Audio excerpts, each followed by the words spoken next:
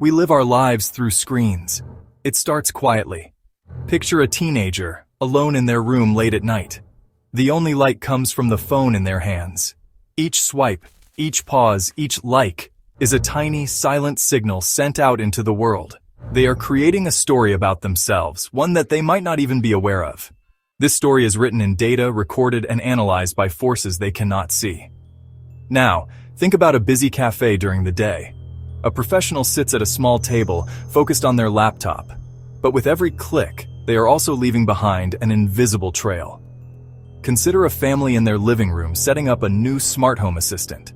Every command, every question, and every background conversation is converted into data. Imagine a young child sitting on the floor completely absorbed by a tablet. But the tablet is also a tool for observation, building a profile, even at such a young age. These quiet, everyday moments are the building blocks of a lifelong digital identity. This invisible trail has a name: digital dust. It is the residue of our online lives. Think of it like the fine particles of dust that settle on furniture.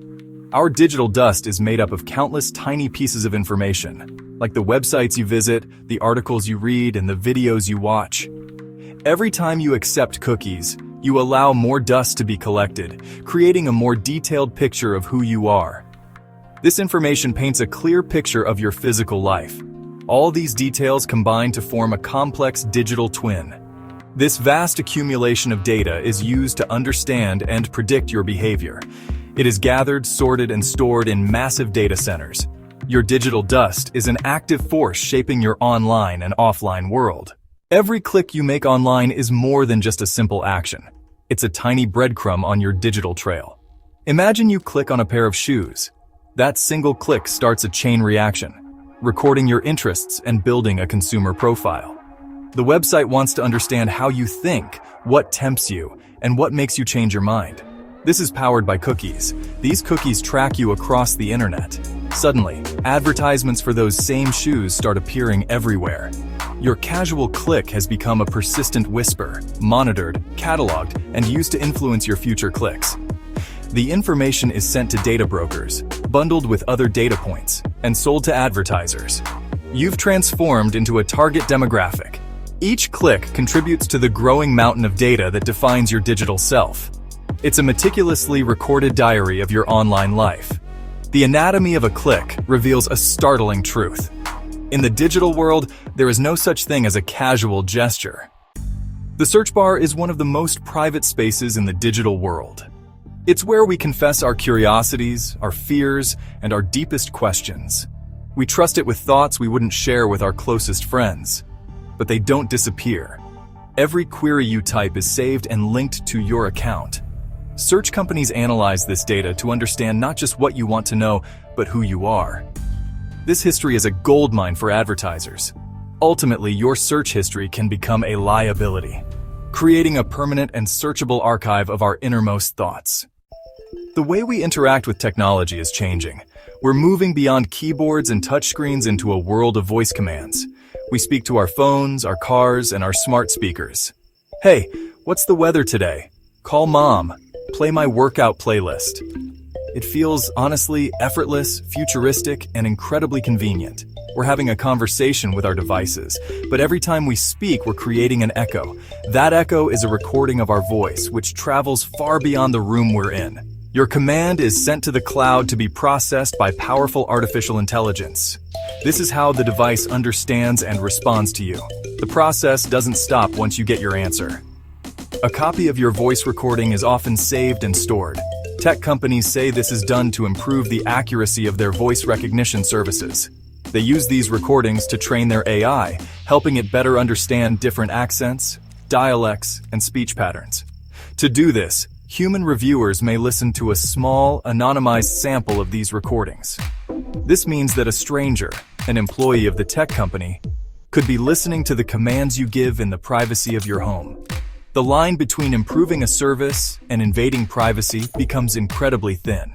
The problem is that these devices don't just hear the command. They often hear what is said just before or after it. They can capture snippets of background conversations, the sound of children playing, or a private discussion between partners. These accidental recordings, or false wakes, happen when the device mistakenly thinks it heard its wake word.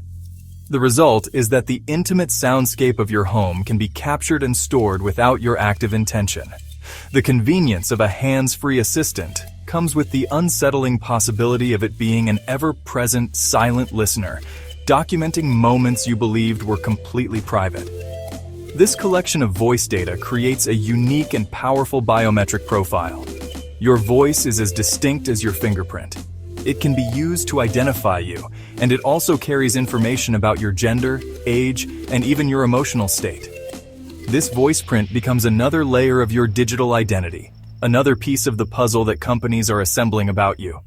The echo of your command does more than just fetch information or play a song. It leaves behind a permanent personal trace, adding the very sound of your voice to the vast archive of your digital dust, a vocal signature tied forever to your profile. It's the first thing you do on almost any new website. A banner pops up, a wall of text you probably don't read, and a big, friendly button that says, "Accept cookies." But what are you actually agreeing to? Cookies are not a harmless snack for your browser.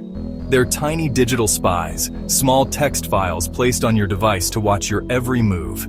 They remember your login details, keep items in your shopping cart, and recall your language preferences. These cookies, particularly third-party ones, are designed to follow you across other websites.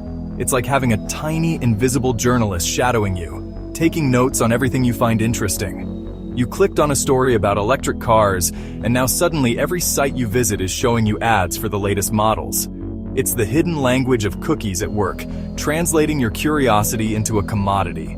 This relentless tracking creates a profile of you that is astonishingly detailed, and you're the main character, whether you like it or not. Each click on that accept button is another small surrender, another piece of your autonomy given away for the sake of convenience. The hidden language of cookies is one of surveillance. Every digital action creates a shadow. This shadow is made of metadata, the data about your data, traveling with every photo, email, and call. Hidden within each file is information revealing the camera model, date, time, and even GPS coordinates. This digital shadow follows you everywhere, primarily through your smartphone. It logs your position through GPS, cell towers, and Wi-Fi, creating a detailed map of your life. This location data is a narrative of your daily existence, revealing patterns and habits. This information is incredibly valuable. Companies use it to understand consumer behavior.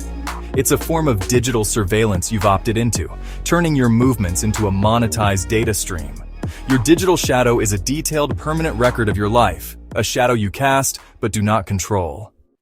Our homes are becoming smarter, filled with devices that listen and respond.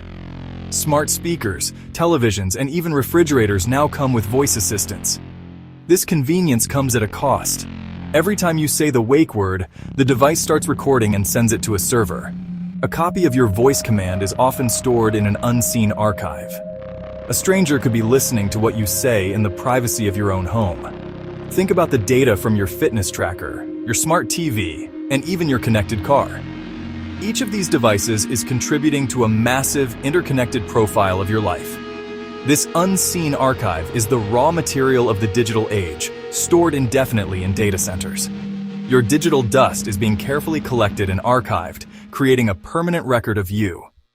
So where does all this digital dust actually go? It doesn't just float around in the ether. It's meticulously collected and stored in vast physical data centers. Picture massive, windowless buildings in remote places. Inside, rows of humming servers stretch as far as the eye can see.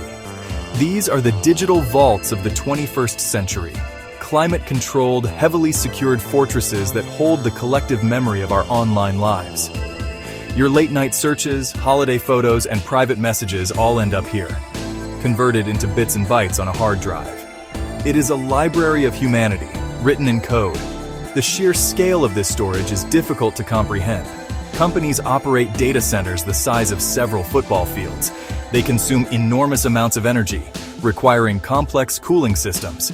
This is the physical infrastructure that powers the cloud. Your data is often duplicated across multiple servers in different locations to ensure it is never lost, creating redundant copies of your personal information that exist simultaneously in different parts of the world. The longevity of this data is startling. We tend to think of digital information as temporary, easily deleted, but in reality, much of it is stored indefinitely. Once your data is stored, algorithms sift through it to find patterns.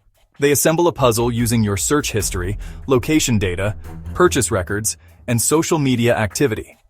This creates a digital twin, a virtual model built from your data, designed to predict your next move.